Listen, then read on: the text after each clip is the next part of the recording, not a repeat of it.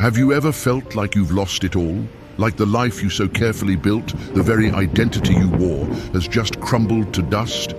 We spend our lives trying to build something that will last, only to find out the ground under our feet is always shifting. This is a story about a man who found himself standing in that exact kind of ruin, a man who lost his entire world in a flash.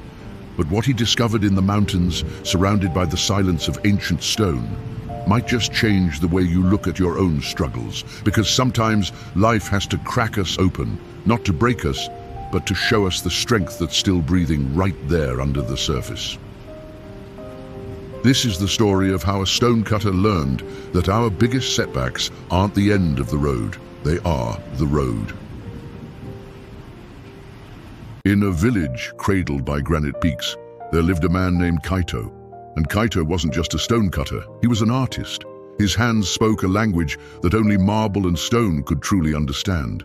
His whole life was his workshop, a place filled with the fine, white dust of creation. The sharp scent of cut stone was the very air he breathed. His identity was fused with his craft. To be Kaito was to be the man who carved life from lifeless rock. Every sculpture held a piece of his soul, a testament to his patience and his unwavering belief in careful, deliberate work. He had a family he adored, a home full of warmth, and that deep, quiet satisfaction of a life built right. And then one day, the earth betrayed him. Without a single warning, a tremor shook the mountains to their core. The ground roared, and in just a few moments, Kaito's world was gone. His workshop, holding all his tools and unfinished masterpieces, collapsed into a pile of splintered wood and shattered stone. His home was destroyed, his life's work annihilated. When the dust finally settled, Kaito stood before the wreckage, a complete stranger in his own life. The man who carved permanence from the elements was now facing the brutal reality that nothing is permanent. The silence that followed was heavier than any stone he had ever lifted. It was the silence of absolute loss. He felt hollowed out, as if the earthquake hadn't just destroyed his home, but had carved out his very heart. The skills he'd spent a lifetime perfecting, useless now. The identity he had so carefully built was buried under the rubble. Who is a stonecutter without any stone? Who is a person without their life's work? This wasn't just a setback. It felt like the end. In the days that followed, Kaito didn't try to salvage what was lost. He didn't sift through the debris for anything to save. He just turned and walked away, pulled toward the very mountains that had taken everything. He had no destination. He was just wandering, completely adrift in his own grief. His mind was a storm of what-ifs and if-onlys, the ghosts of a life that wasn't his anymore. But as he walked, something started to shift. The massive scale of the mountains, their calm indifference to his suffering, began to quiet the storm inside him. He was so small, and his pain felt insignificant against the backdrop of geological time. He found a strange kind of comfort in that. He stopped fighting the waves of despair and just let them wash over him. He wasn't ignoring his pain, just observing it without judgment. And right there, without even knowing it, he was stumbling upon one of the most profound truths of Stoic philosophy, understanding what you can control and what you can't. The Roman philosopher Epictetus famously said, "It is not things themselves that disturb us, but our opinions about them." Kaito couldn't control the earthquake, he couldn't undo the destruction, but he was slowly starting to see that he had power over his response to it. His suffering, as the Stoics understood, wasn't just coming from the event itself, but from his judgment that it was a catastrophic, unbearable end. Another great Stoic, Seneca, wrote that we suffer more often in imagination than in reality. Kaito's mind was replaying the loss on a loop, imagining a future with no purpose, and that's where the real torment was. Out there in the stillness of the mountains, he wasn't escaping his reality. He was escaping the prison of his own thoughts. He was learning to be present with his pain. In doing so, he was taking his first step toward rebuilding not his workshop, but himself. Days bled into a week. Kaito's journey took him deeper into the wilderness, and he started to look at the stones around him differently. Not as a craftsman, but as a student. He saw massive boulders that had been split in two by the slow, relentless pressure of ice. He saw jagged cliffs worn smooth by thousands of years of wind and rain. He saw how nature's most violent forces, eruptions, earthquakes, floods, weren't just acts of destruction. They were acts of creation. They carved new valleys and forged new landscapes. They revealed the glittering veins of crystal hidden deep inside the rock. He knelt and picked up a broken piece of granite. It was rough and imperfect, its edges sharp from the fracture. But in its brokenness, he saw a story. He saw resilience. And in that moment, a new truth washed over him. A truth that would become the foundation for the rest of his life. The earthquake wasn't the end of his story. It was a new beginning. The obstacle wasn't in his way. The obstacle was the way. This is the absolute heart of Stoic wisdom, captured perfectly by the Roman Emperor Marcus Aurelius, who wrote, "The impediment to action advances action. What stands in the way becomes the way." This isn't just a feel-good mantra about positive thinking. It's a complete reframing of how you see the world.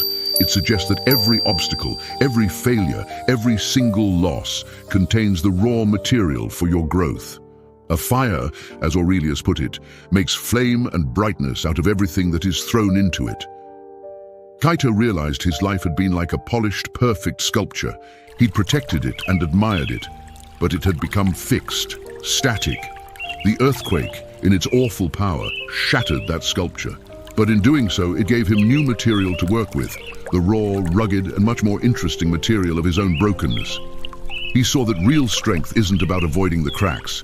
It's about what you do with the pieces. And this ancient wisdom speaks right to us today.